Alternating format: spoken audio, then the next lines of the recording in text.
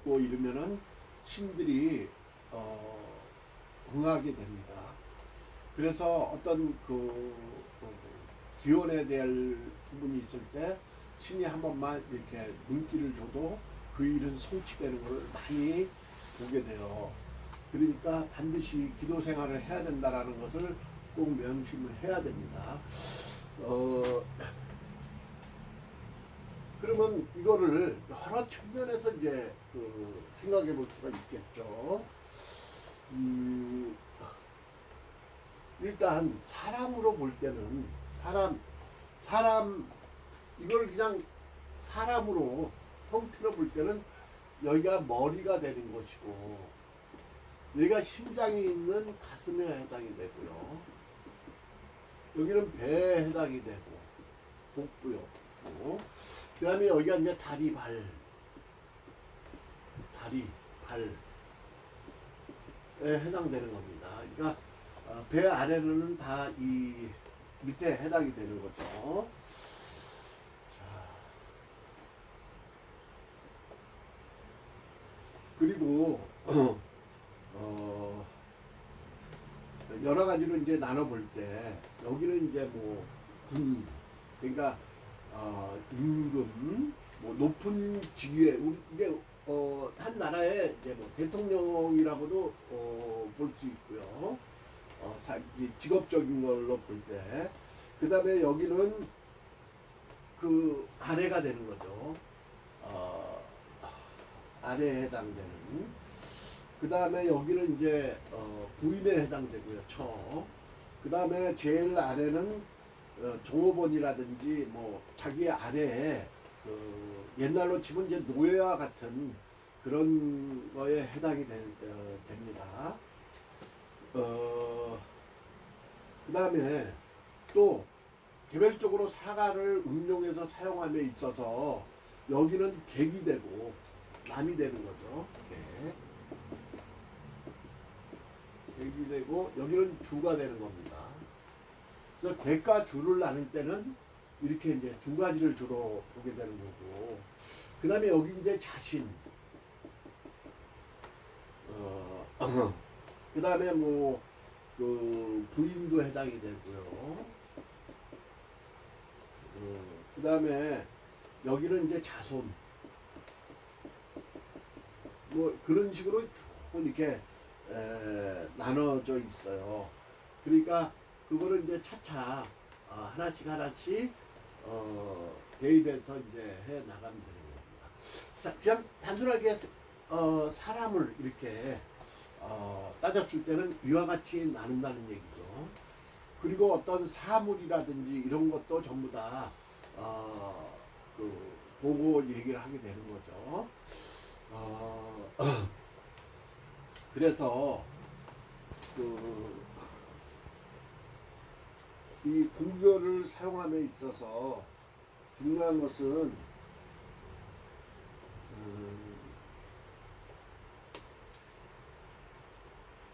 기도 생활을 정말 많이 해야만 사용할 수 있게 되고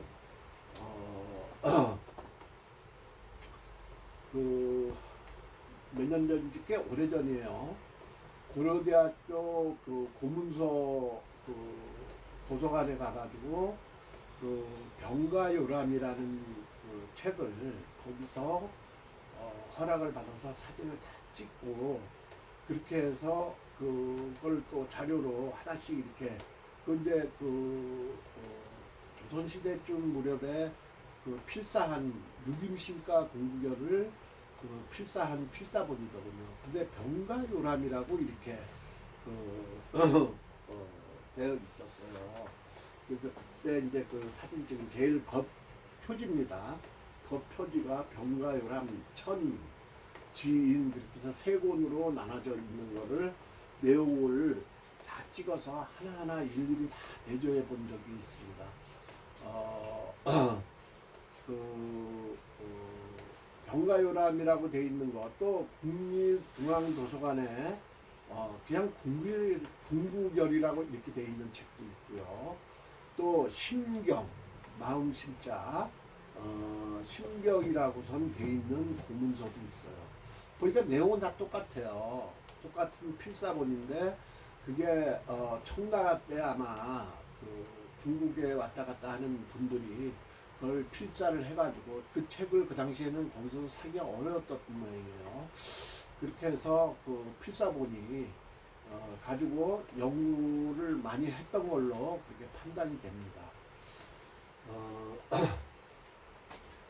그러니까 이 역학이라는 것은 지금 상당히 쉽게 책으로 접할 수 있고 이런 그 현대에 살고 있지만 불과 그렇게 되기까지는 물론 우리나라에서도 몇십 년뿐이 되지 않았어요. 쉽게 책을 여러 책들을 구해서 볼 수 있는 그 조건이 된 게 지금은 굉장히 편하죠.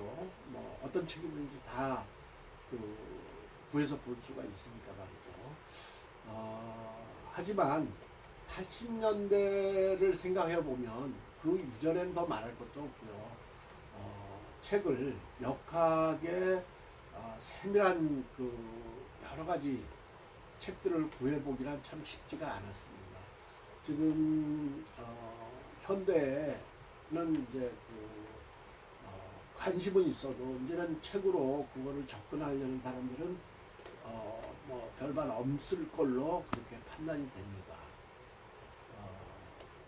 그래서 더 나이 먹어가기 전에 이 궁극열을 동영상으로 계속해서 좀 올려야 되겠다는 생각을 하게 됐고요. 그래서 이렇게 뜻하지 않게 갑작스럽게 그 시간을 만들어서 하게 됐다라는 거. 될 수 있으면 계속해서 앞으로 계속해서 그 진행해 나갈 것이니까 계속해서 그 좀 봐주시기를 원하고요. 제가 재밌는 얘기를 또 한 가지 해드리고자 합니다. 이건 중국의 유명한 자서전의 내용이에요. 내가 그 책을 본 지가 한 20년이 넘다 보니까 대략 기억나는 대로 얘기해 드리겠습니다. 그때 그 자서전 책을 제가 구입해서 본 내용입니다. 근데 너무 오래되다 보니까 뭐 제가 이것저것 이사도 많이 다니고 그러면서 그 책은 분실했어요. 기억나는 대로 얘기해 주고자 합니다. 그러니까 거기에는 세밀한 내용이 있어요. 그 사람의 성씨 이런 것들이 다 있는데 전혀 지금 기억이 없으니까 대략적인 얘기만 한다라는 것을 이해해 주세요. 그러니까 지금 시대도 정확하게 그래서 기억이 안 납니다.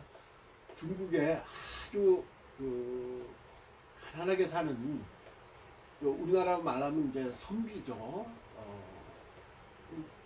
너무 가난한 거예요. 집안이 다 몰락해서 가난해져서 그 16살 먹은 이제 그 청년이 내가 집안을 일으킬 수 있는 거는 과거에 긁지 않은 거 말고는 하나도 없겠구나. 그렇게 해서 공부에 매달린 지가 이제 좀 한참 됐어요. 이제 16살이 돼서 과거 시험을 보러 이제 북경에 이제 가게 된 거죠. 이제 그 옛날에는 이제 주로 같은 시족끼리 모여서 살다 보니까 그 북경에 가면 같은 성씨를 쓰는 큰 갑부가 있으니까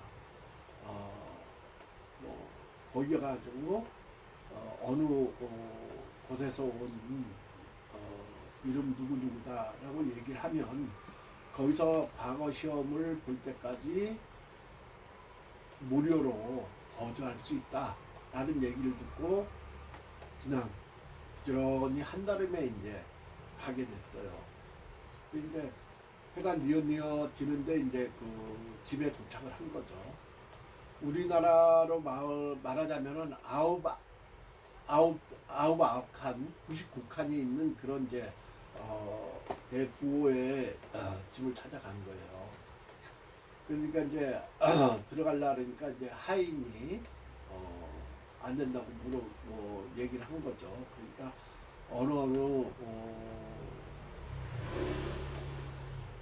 고장에서 온 누구누구라고 얘기를 하고, 여기 주인 되시는 분이 말하자면 같은 성씨를 쓰는 누구누구 아니냐. 그러니까 들어오라 그래서 이제 하룻밤을 자게 됐어요.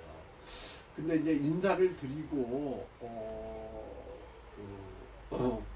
가야 되지 않겠냐고, 방을 정해져야 되지 않겠냐 했더니, 그냥 뭐 워낙 부자다 보니까 뭐 그냥 빈객들이 굉장히 많은 거예요. 손님들이 뭐 한 방마다 뭐 엄청나게 많은 거죠. 전부 다 그냥 뭐 무료로 그냥 뭐 먹여주고 채워주고 하니까, 그냥 뭐 아무나 들어가서 자게 그렇게 해서, 그래서 하룻밤을 자게 됐어요. 그 아침에 일찍 일어나 가지고서는 이제 주인 어른 있는데 이제 가게 된 거죠. 그래서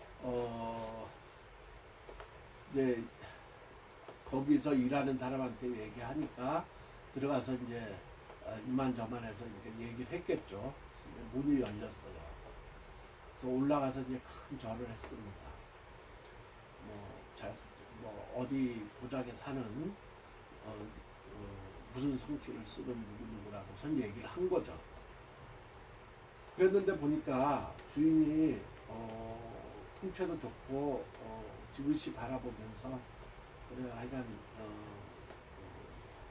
잘 지내고 가거식을 잘 보고 가라고. 그런데 그 주인 옆에 머리가 하얀 노인이 수염을 길게 이렇게 하얗게 하고 하얀 옷을 입은 도사 한 명이 앉아 있었어요. 그러니까 이제 둘이서 이제 차를 아침에 마시고 있는데 이제 인사를 하게 된 거죠. 근데 이제 그 도사가 손가락을 이렇게 짚으면서 동구결을 본 거죠. 동굴로 손가락을 짚어서 보면서